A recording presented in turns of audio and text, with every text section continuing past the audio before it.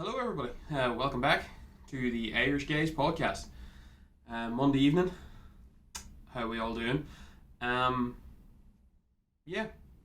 thought I'd do another little podcast. Get another one out there.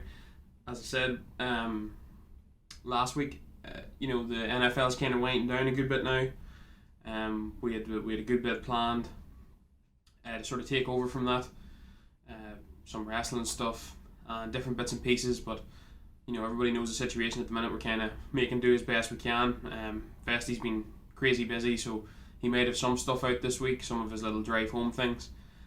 We did have Big Dev back in last week to do a football podcast, and he'll be back this week again. I think Wednesday night we're gonna get together and get something done for the NFL, or it's not for the NFL, sorry, for the football. I think we're going to do a talking points episode, one of the ones that we usually cover in the football, and hopefully we'll be getting back to normal pretty swift. I said Vesty's been crazy busy and stuff, and lockdown and all that crack, so we'll hopefully be back to normal fairly soon. Maybe by the end of this month we'll probably be, I think, hopefully at the start of March we'll have the boys back in. We'll be back to our sort of regular schedule of stuff, our nerd topics on a Monday, our international sports on a Tuesday, wee bits and pieces on a Wednesday, and then football on a Thursday. So hopefully it's not too much longer. I'd say hopefully by the end of the month it'll all be kind of back to normal, at least a little bit. Hopefully so. Also, we would have probably been doing something a little bit different, or would have done something this month. It was this time last year that we actually started the podcast. It was a fucking hell of a time. We had decided on doing it over Christmas, and then we got bits and pieces together.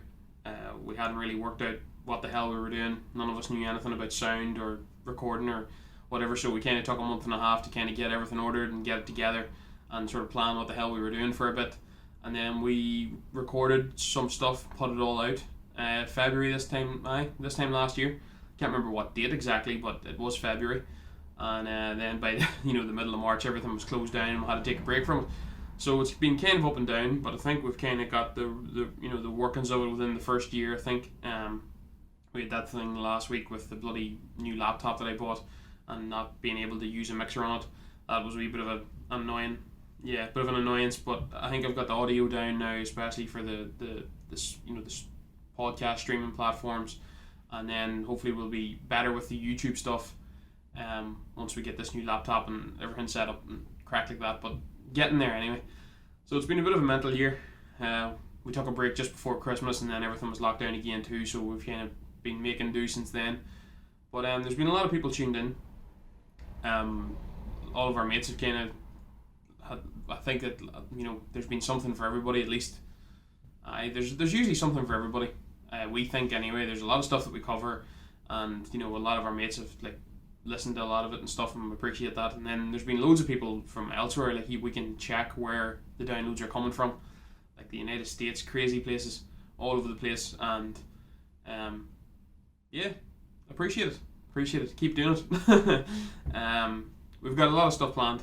We will hopefully be back and up and running very, very shortly.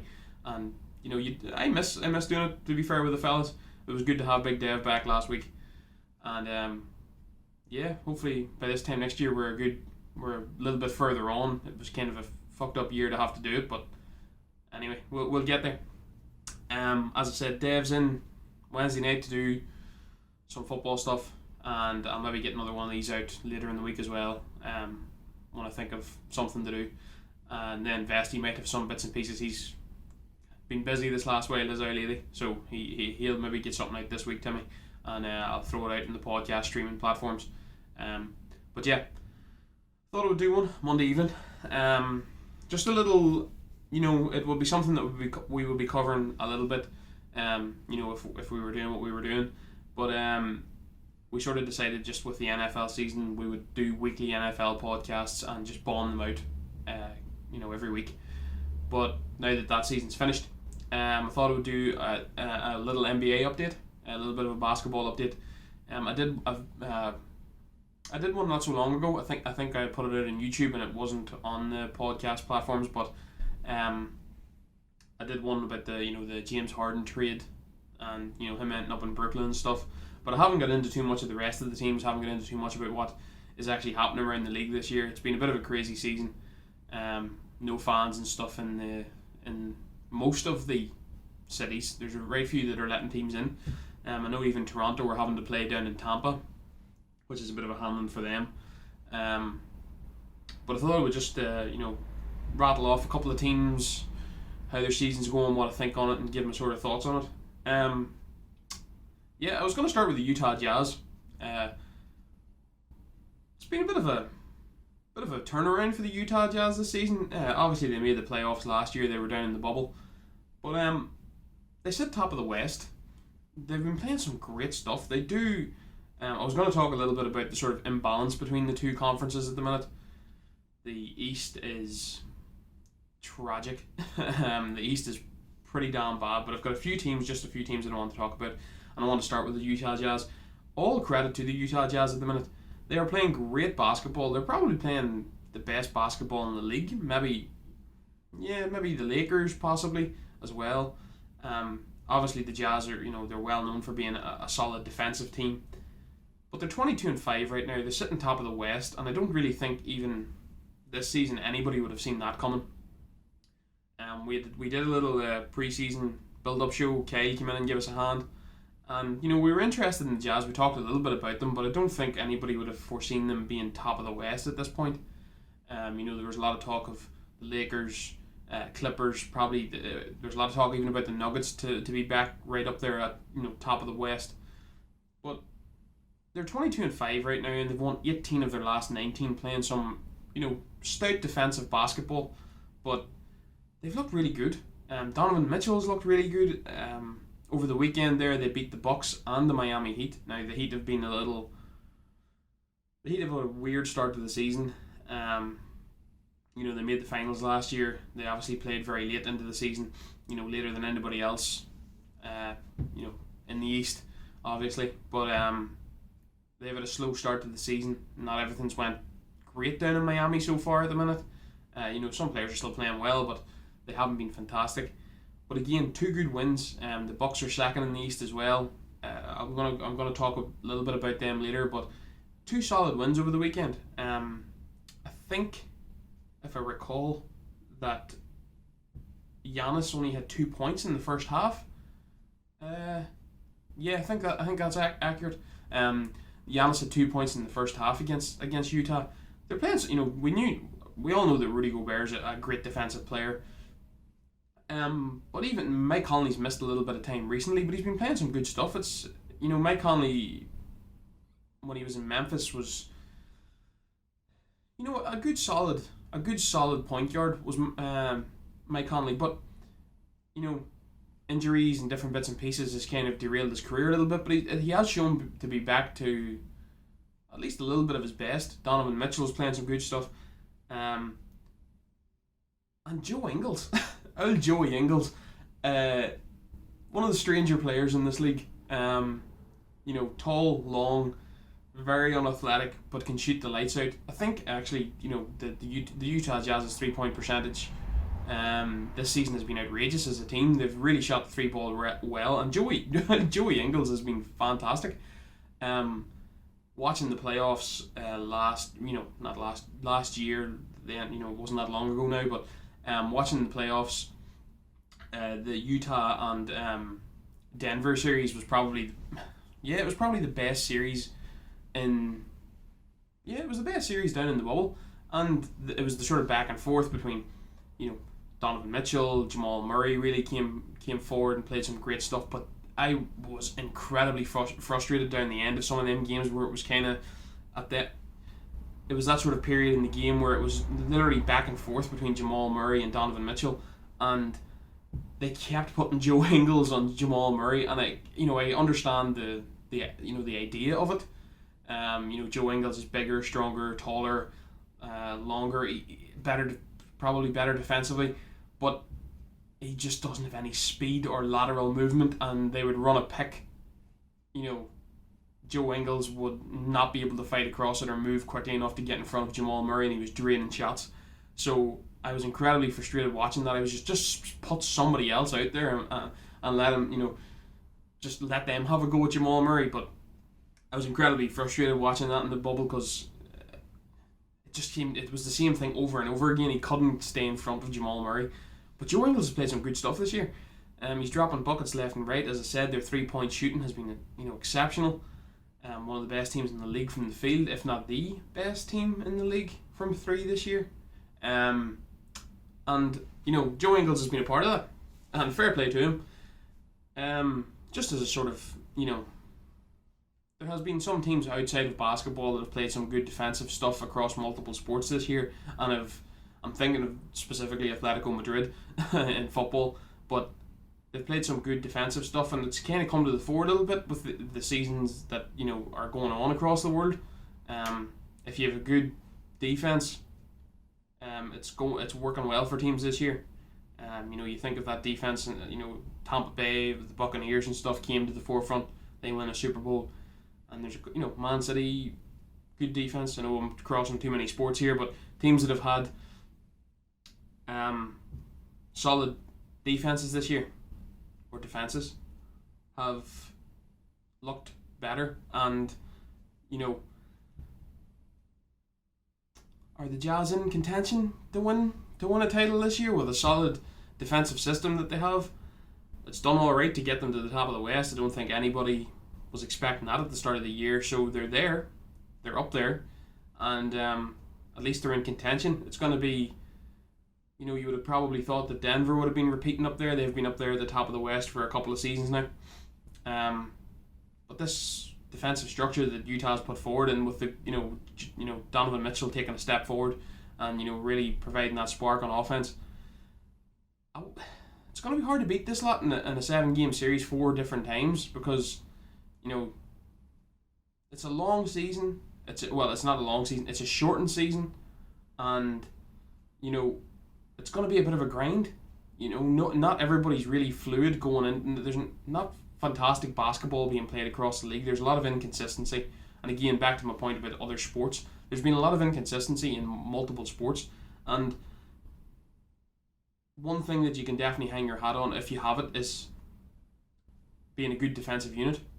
And Utah are that. So going into the playoffs, or down the line here, if everything stays as is, with a shortened season, congested season, and a season last season that didn't actually finish till November time or whatever it was, a defensive solid unit like the Utah Jazz could be a nightmare to play against in the playoffs across a 7-game series. So they're there. They've had a damn good start. Fair play to them. And Joey Ingles, how's Joe Ingles? Strange player, but he's doing damn well. Next team I wanted to talk about a little bit is the Nets. As I said, I did do a YouTube video on the Nets when the trade was made, to get Harden there. The Nets are a strange one. They're 16-12 right now, and they're 6-4 in their last 10 games. But they have a few of the players. Kyrie's missed some time. James Harden's missed some time now, and now Kevin Durant's missing some time. They haven't been on the floor together a lot right now, but even when they have, they're giving up an awful lot of points. They're giving up I think one of the Pacers they held to under 100 recently. It was one of the first times that they held a team under like 120 or something. There's not a lot of defense in that team. Kevin Durant does improve your defense. He's obviously 7 foot. He can rim protect a little bit. He's quite a good shot blocker. And then you kind of have James and Kyrie that are kind of, they're not good defenders, but they can, they're good at they're good like sort of anticipation defenders, maybe stealing the ball, cutting off passing lanes, stuff like that there. But their defense is bad, and they obviously have like all the talent in the world, and you would assume that if they get these three on the court together, and the season continues on after the All-Star break and stuff like that there, that they'll win enough games, and then they'll obviously make the playoffs. But you would still, because of the way the East is set up this year, there's not a lot of great teams in the East at the minute, but I think there's only 4 or 5 teams over 500, which is dreadful. But they've got the talent to take them over the top and win the East.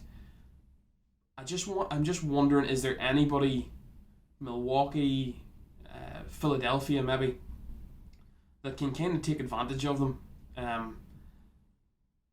Their talent should get them over the top and drag them to the NBA finals. But is there just any team in the East that can get their shit together enough where they can outcoach and just outsystem these three? I've said it before in the podcast that the NBA is kind of a stars league because there's less players on the floor at any one time, and that means that they obviously have a bigger impact. But chemistry is a thing, and they're not going. No matter what happens now, they're not going to have a lot of time together. Kevin Durant's missing time this week again. He missed some time with COVID protocols. Kyrie took his weird as fuck hiatus, and James wasn't there at the start of the season, so they aren't going to have an awful lot of time on the floor together, regardless of how many games they play in this run in the season. After the All-Star break and that, they aren't going to have played a lot together, and their defense is bad, so teams can get at them. There's teams can expose that, but is there anybody good enough in the East to do it? Because at the minute, I'm not seeing too many great teams in the East in general. Going to get on to talking about some of them in a minute, but I wouldn't bet my house on the Nets making the NBA Finals, even though they have them 3 players. Now maybe they gel and it looks better, and maybe they just do outscore teams because they have all the firepower in the world. But I feel like a better coached team or a better coached unit could do them serious damage in the playoffs and win 4 games. But it's going to be interesting to see. There's going to have to be, Steve Nash is a first-year head coach. Obviously, he has D'Antoni there helping him. But, yeah, it'll be... they're a fascinating unit. Lack of defense isn't allowing other teams into the game, and then they can outscore anybody on any given night. I'm interested to see this week. I actually hope that Kevin Durant plays this week. There's something about a hamstring. So... I hope that he plays this week because I think they're on a little bit of a West Coast run. I think they have to play the Lakers and the Clippers this week, and maybe Golden State. They played Golden State this week already, so they're on a bit of a West Coast run now. They're going down to LA. I'd be interested to see how they do versus a team like the Lakers and the Clippers. Now the Lakers have, just looks like they've lost Anthony Davis for maybe a week or two, so unfortunate timing. But I would like to see KD, Harden, and Kyrie all play against a team like the Clippers to kind of judge where they're at, because the East has been weird. There's been a few teams that have been better in the East that have ended up playing Western Conference teams this week and have been beaten, sort of handily enough. Namely the Bucks and the Heat that got beat by Utah. So I would just like to see if there's anybody that can take advantage of the Nets in the Eastern Conference playoffs, and sort of give them a wee bit of their own medicine, because they've all sort of ganged up to sort of take down LeBron and win the East pretty handily. But if there's a team that could get their act together, they could definitely take advantage of that lack of defense they have, and lack of depth too, to be fair. Next up, I want to talk about the Bucks quickly. So the Bucks are another little bit of an enigma in the East this year. Weirdly, they have the best offensive rating in the league at the minute, and they did try to improve that by bringing in Holiday, this off season, because they needed a ball handler, and there's a game plan out there to stop Giannis at the minute, and it has been applied in this last couple of playoffs, and they needed help. So they definitely wanted to improve their offense this past off season, and they did do that. With bringing in Holiday there. Chris Middleton's been playing quite well. I know we gave Kay a little bit of stick on the preseason podcast about Chris Middleton not really stepping up as the second man, but they have been better on offense. I have Giannis in the fantasy basketball league that we play in, and he kind of had a bit of a slow start to the season, but he's now rounding into a little bit more form, which is good to see. But they have lost 3 on the bounce, which just kind of swipes out the carpet from underneath everything I just said. They've lost to the Suns, the Jazz, and the Thunder in their last three. Phoenix have played some good stuff. I'm actually going to talk about them next. Phoenix have played some good stuff this year. As I said, the Jazz are top of the West, and the Thunder are not, and they lost to them as well. So I think that they have a little bit of chemistry issues as well. No real time to prepare for this season and everything too, and they're trying to integrate. It just looks like they're not just a cohesive unit yet. Especially with the start that Giannis had to the season, he had an indifferent start, and I feel like they're just trying to find their form, trying to find who takes the ball when, who's closing out the game for them, because that's not really Giannis's game. And I think they're just trying to find the right balance. I think that they will come a little bit better. Their defense has been a lot worse this year, which was a staple of their team last season. I think their defense is maybe down to around 10th or 11th in the league right now. They were definitely one of the top defensive teams last year. So that's taken a step back in sacrifice, to sort of improve their offense. So I think that if there's a team possibly that could maybe cause the Nets some issues, it could be them. If you're talking sort of matchups, you're talking Giannis on Kevin Durant there, you're talking Chris Middleton, that would probably have to take the likes of a James Harden, and then, Holiday on Kyrie Irving. So, obviously the Nets have kind of the named stars there compared to the Bucks, but if the Bucks can sort of figure out their rotation, figure out their roles a little bit, and sort of maybe improve that defense a little bit again, back to somewhere where they were last season, the Bucks could this could maybe be the Bucks' year to take down the East. As I said, it feels like they're just rounding into form a little bit, and I'm fascinated to see where they go going forward, because I like that trio. To be fair, I do like that trio, and they've played together a little bit longer, excluding Holiday, but there could be maybe a team there to take down the Nets. Next one, I'm really happy with. I'm a big fan of Devin Booker, and we were talking on the preseason show that who do we think could make the breakthrough. We were talking about the likes of Dallas, Phoenix as well too. These younger teams, the Pelicans as well. We were talking about these younger teams that just need to take the next step by making it into the playoffs. And Phoenix have been good. I like that they've got Chris Paul down there now. It's somebody that's been about, somebody that can help, because it felt like for this last few seasons it was Devin Booker doing everything by himself, and even though he is an immense talent, I think he's one of the very, very best talents that the NBA has in that sort of age range.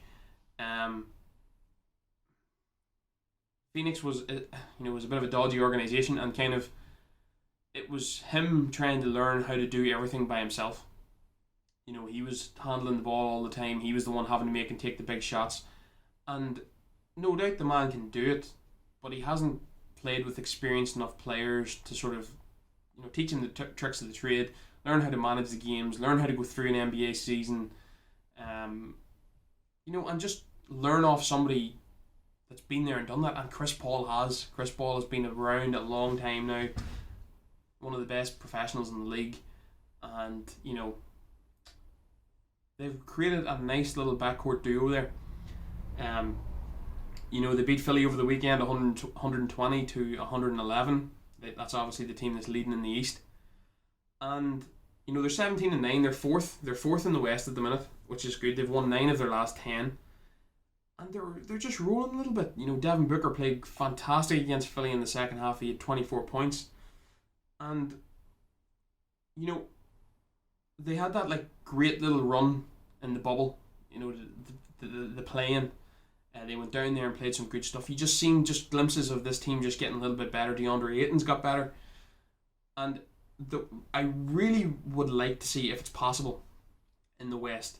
Everybody's talking about the Lakers and the Clippers again and all that carry on, but one little matchup I would really like to see is Utah versus Phoenix. They're quite similar, I feel, in the sort of setup of their teams. You think of Mike Conley, Donovan Mitchell, and Rudy Gobert, and then you think of Chris Paul, Devin Booker, and DeAndre Ayton. Just similar balance. You even think of Bridges and maybe like Joe Ingles as well too.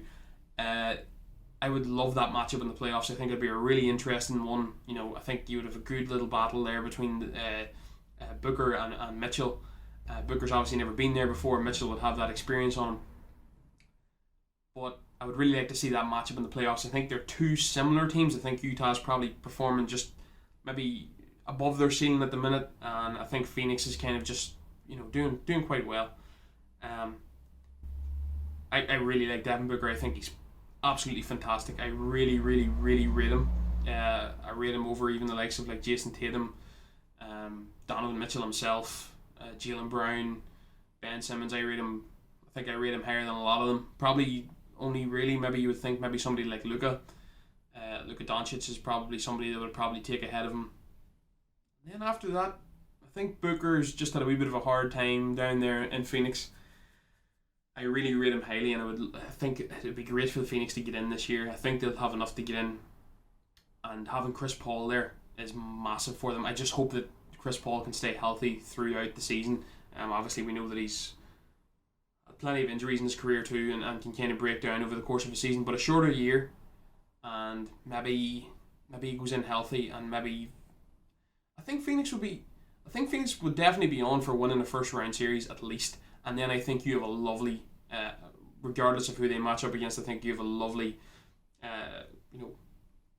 Western Conference semis.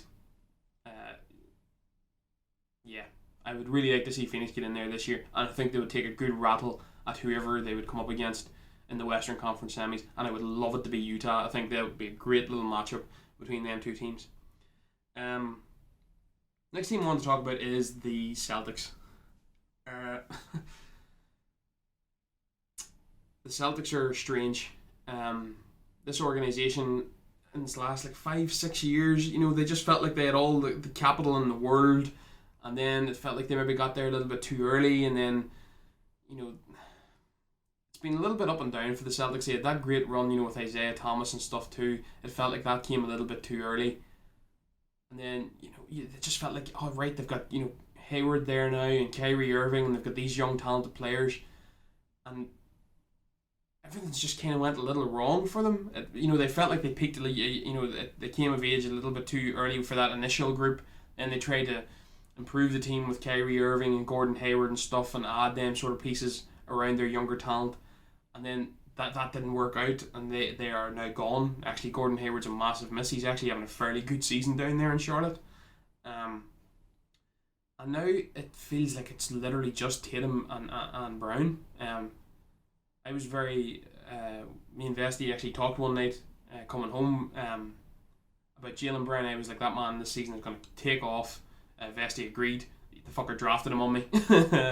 And I was just really feeling that Jaylen Brown was going to take a massive step forward this season, and he really has. And Tatum, he had a wee bit of a funny game there last week, but Tatum's been very, very good too, and they are two fantastic players, but it just feels like the organisation has just let the rest of the roster sort of disintegrate around them.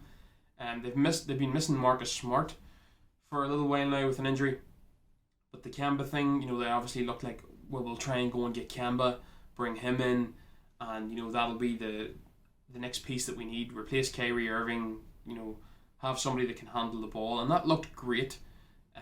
Kemba's been fantastic throughout his career down there in Charlotte, really overperforming with a bad team around him.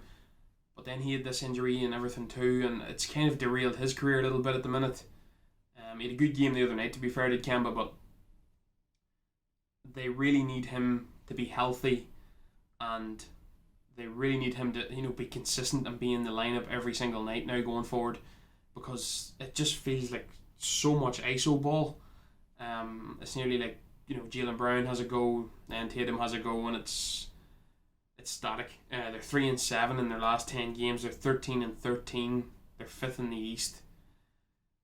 They're gonna go nowhere really if this doesn't improve.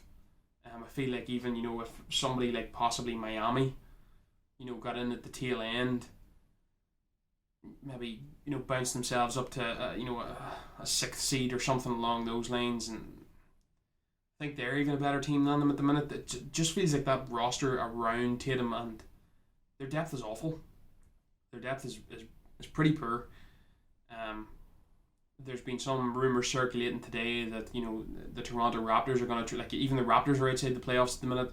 Feels like they're a better team than the Celtics. Just don't feel good right now at all. There's nothing I really like about them. And it was from that earlier system in this last 5 years where Stevens had this great offensive system, and was putting players and really really dragging the very best out of players and putting them in their best position and putting them in the best position to succeed. And now it just feels like that entirely has faded away. It's very static. It's not. They need a shake up. The trade deadline I think is maybe 3 or 4 weeks away. As I said, I think Drummond. There's been a little talk about Drummond at Toronto today. They need centre help big time. Tice and Tristan Thompson aren't going to do it. And Drummond's a solid player. A little bit of a liability free throw wise, but he's much better than what they have. They need more talent there, and like as I said, they just felt like they had loads of talent in this last few seasons, and it's all just whittled away. Kyrie Irving moved on, Hayward moved on. It just felt like they had the world at their feet for a few seasons. Like, this team is going to be fantastic, but now the pieces around them two young superstars is really bad. Really, really bad. And they do need Kemba. It's been bad luck too with the Kemba move. That felt like a really big move for them. Maybe a better, culture guy, fit guy than Kyrie Irving was. And then his career's been derailed slightly this last while, so yeah, there's just a lot of bad luck and a wee bit of a bad run of form. But I still believe they still have draft capital, so maybe go out and get yourself something in. Even if it isn't Andre Drummond, I'm sure that maybe Vucevic, maybe somewhere down in Orlando. A team that has no prospects at the minute. I don't even know what the Kevin Love situation is at the minute too.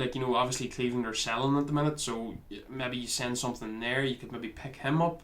It would definitely be an improvement. I'm not actually sure what Kevin Love's situation is at the minute, but you think of Big Vucevic down there in Orlando, who's sitting doing nothing, playing great stuff and has been for this last couple of seasons, really took a step forward in his career, and Orlando were not ready to have him in the team. It's nearly a hindrance for them because they need to tank a little bit and rebuild. So maybe somebody like him, go down there and try and nab him possibly. But they need to make a move before the trade deadline if they want to have any chance of competing in the East this year. There's teams even behind them that I would have over them at the minute in a 7-game series because they're quite inconsistent. And if you had a 7-game series to plan for, you could take at least one of them players away, each and every night. Or at least try to anyway, really put the pressure on them. And if it's just down to them too, I don't think they're going to be good enough to get past some of these Eastern Conference teams, even though the East is weak. Really, really weak at the minute. Yeah, definitely. They need to make a move. The Lakers then, I want to talk a wee bit quickly about the Lakers. Obviously AD has this flare up with his Achilles, which is unfortunate. I feel like he has sort of had a slow start to the year. He's sort of trying to build himself into a little bit of form. And it's not going to help LeBron any, this injury as well, because there's going to be more of a load put on him. But by God, that man's playing some great basketball. LeBron's playing fantastic basketball at the minute. It doesn't show that he's year 18. He's been unbelievable. And he's had to do a lot more this season. He was obviously played the latest end of the end of last year down in the bubble, won the chip. And then, he had 3 games recently go, back to back to back, go to overtime against the Pistons and then against OKC twice. That's a lot of minutes to be putting on that man's body. And he did play well in a lot of them overtimes, to be fair. But now with AD down again, there's gonna be a lot asked of LeBron at the minute to carry this team through. Now they're in an advantageous position, and there's not going to be really any home court advantage through the playoffs anyway. And if there's a player that doesn't really need it, it's LeBron. You've seen how disciplined he had that team down there in the bubble last year. So it's not that they need it. They could lose a few games, fall to the 3rd or 4th seed, and it not matter a damn thing. But other than they'll draw a wee bit of a harder run through the playoffs, but the West is going to be hard this year regardless. So it is what it is. But he's having to do a lot of work, LeBron. He's having to do a lot of work. But he's playing great stuff. 26, 8 and 8. Fantastic at the minute. Fantastic at the minute. I will be interested to see if they make any moves at the deadline. They lost a little bit of their depth this year with JaVale, Dwight Howard going as well. Kuzma's actually played quite well recently, and he'll be probably thrust into the starting role now that AD's missing a little bit of time. But LeBron could maybe feel that this roster could do it. They brought in Schroeder as well. He's been okay, hit and miss a little bit, but he's running the point a little bit more, helping LeBron out, taking the ball out of his hands. That's why LeBron's I think he averaged 10 assists last year, and now he's down to 8. But it'll be interesting. LeBron could maybe, they brought in Marc Gasol, who hasn't been fantastic either. Now they lose another piece in Anthony Davis, who might not be entirely healthy going through the playoffs. I'd be interested to see if LeBron, Clutch Sports and the rest could maybe make a move and get somebody in. Maybe make a move before the trade deadline. That roster feels like it could do with another piece or two. Could they do with an Andre Drummond? It wouldn't be the worst thing in the world, I don't think. It would clog up the lane a little bit down there, but Drummond can, he can. Drummond's good, he's still only 27. Everybody knows what Andre Drummond is at this point in his career, but a person like that there coming in could definitely help. And I think he only went for Drummond only went for like a second round pick last year. So if that's all that it would cost to get Andre Drummond, maybe you send, I don't know, something along with it, a pick and KCP maybe, something along those lines, and maybe get him out of there, get him out of Cleveland. You could maybe get a move in. It wouldn't be the worst thing in the world for them. I feel like they could do with a little bit more. I feel like they could do with a little bit more help. They lost Rondo as well this year, so I feel like the Lakers could maybe try and get something done before the deadline. LeBron's not slow either. He could maybe pull a few strings, Clutch Sports, and maybe get a little bit more help. And I think they could do with it. I think they could definitely do with it. AD going down, maybe not going to be fully healthy this year. They did have, a long season last season, the shortest of off seasons, and then straight back into it. So maybe somebody coming in with a lot of energy, thinking that I've just joined the Lakers and I've joined up with LeBron and AD. I could be here for a ring. Somebody that maybe hasn't won one before, like an Andre Drummond, could come in and give them a boost of energy, a boost of play, because he is a good player, good defender, good, not much of an offensive game, but a bit of a strong bull in there that can, he can get 20 and 10. I don't think that's outside the realms of possibility for Andre Drummond, especially if you want to be cautious with AD at the minute and maybe give him a little bit of time off. It'll be interesting to see if they do anything before the deadline. Lastly, I just wanted to talk about the 76ers. They top the East at the minute. They're 18 and 9. They're 6 and 4 in their last 10 games, and again, as I said earlier, I would like to see somebody try and give this Nets side a real run for their money. And the Sixers could be that. They've been a good defensive team. Ben Simmons is playing great defense, Embiid's playing good defense, but completely balling on the offensive end. Joel's playing great stuff. They have a nice mix with Tobias Harris there too, but their depth is tragic. Their depth is shocking. Seth Curry's playing in there at the 2. He is maybe a little bit more of a sixth man type player. They're getting not Korkmaz and stuff. They're not getting much from their bench at all.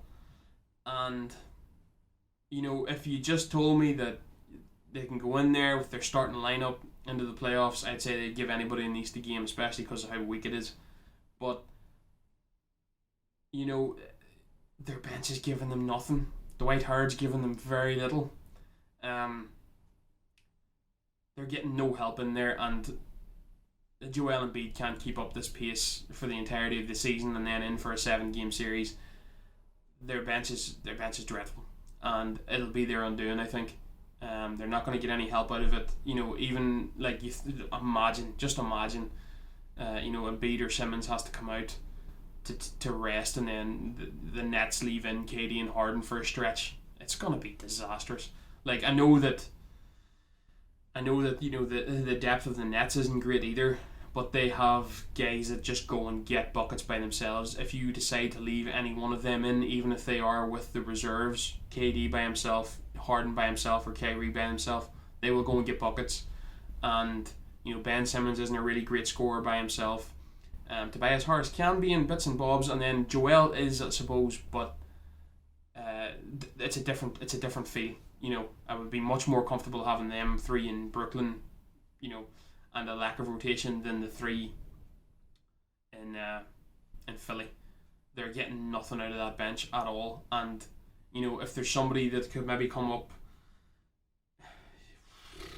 it's just the East is so terrible. At the same time, I think if the Heat could get their shit together, possibly, and sneak in maybe 6th, 7th seed or whatever it is, and maybe end up in a series against Philadelphia, I wouldn't put it past Miami to beat them. I really wouldn't. Even maybe possibly the Raptors. If they got their shit together a little bit. If there's one of them two teams, if Miami and Toronto sort of back into the back end of the playoffs there, and end up in a series against one of these teams at the top, like the Celtics or the Sixers or something like that, they could have a hard time. There's been a few other good teams in the East. Charlotte have been surprisingly good. The Knicks have been surprisingly good. But again, I just think that a team like Miami have got good depth. And they've got a nice rotation down there, and Philly don't. They've just got nothing coming off the bench, and Joel's never been fit. Never really been entirely fit going into a playoff series, and if he goes down or something like that, it's done with. It's so easily done with because they're not going to get any more scoring off their bench. Their initial starting lineup gets worse then, and as I said, they have a great starting five that can beat anybody. But I feel like even you look at their run there, they've won 6 out of their last 10. So that shows you, that shows you the lack of depth that they have. They can lose games, and there's just so many more better teams in the West. There's so many more better teams in the West at the minute, with a lot more promise. Like even think of like Dallas, who are sitting down there, and I think about 10th in the West as well. Who could maybe put a run of stretch of games together. The Spurs have been interesting this season. Surprisingly good as well. Like Denver are even struggling. Denver would walk this Eastern Conference, I think, at the minute, and they're sitting down there in like 6th or 7th in the West. There's just so many more better teams. You even think of the Pelicans who are down there, who are playing some good stuff in spurts, but there's just so much competition over there. The East is very weak at the minute, and there's a lot of inconsistencies in a lot of teams. And I think a lot of the teams have holes. Like, as I said, even back to the Nets, 3 outstanding players, and I think that will be enough to carry them through the East. But is there any of these other teams in the East that are going to give them a hard time? Because even them, they don't have a lot of depth either. I think maybe Milwaukee could be the team to actually, we've been saying this for a few years now, but maybe they just find their feet and find a bit of rhythm, find and define their roles with Holiday, Middleton, and maybe Giannis as well, and maybe they can get in a role and beat these other teams, because there's just holes all over the Eastern Conference at the minute as far as each of the big contenders go. So it's going to be interesting. Just thought I'd do a little bit of an NBA update. We would have been doing more stuff on it now that the NFL season is done. Vessie's not here at the minute, so thought I'd do it myself. That will be on Wednesday night. I'll think of something else maybe for Thursday night or Friday night and get more stuff out this week. And as I said, a couple of weeks' time, maybe the end of the month, hopefully everything gets back to normal. It's been a crazy early year for us, and we do appreciate everybody that's kept downloading and tuning in for the stuff that you like, and being supportive and stuff. And anybody that's further afield as well, there's been some crazy places that have been listening, so appreciate that too to anybody. Hopefully you like it. If you do, we'd greatly appreciate you to tell your friends. Obviously it's not as good just me sitting here by myself chatting shit. It's better when the lads are here, and hopefully it's not too much longer till they are. But if you do enjoy it, tell your mates. Greatly appreciate it. Keep downloading on Podbean, Amazon Music, Spotify, iHeartRadio. And if you're watching on YouTube now, subscribe, all that crack, like the video. It helps us out a good bit. Bit of a crazy year, but we'll have a better year this year. We definitely will. That'll do me then. Thanks very much for tuning in, folks. I'll get out of here. Cheers.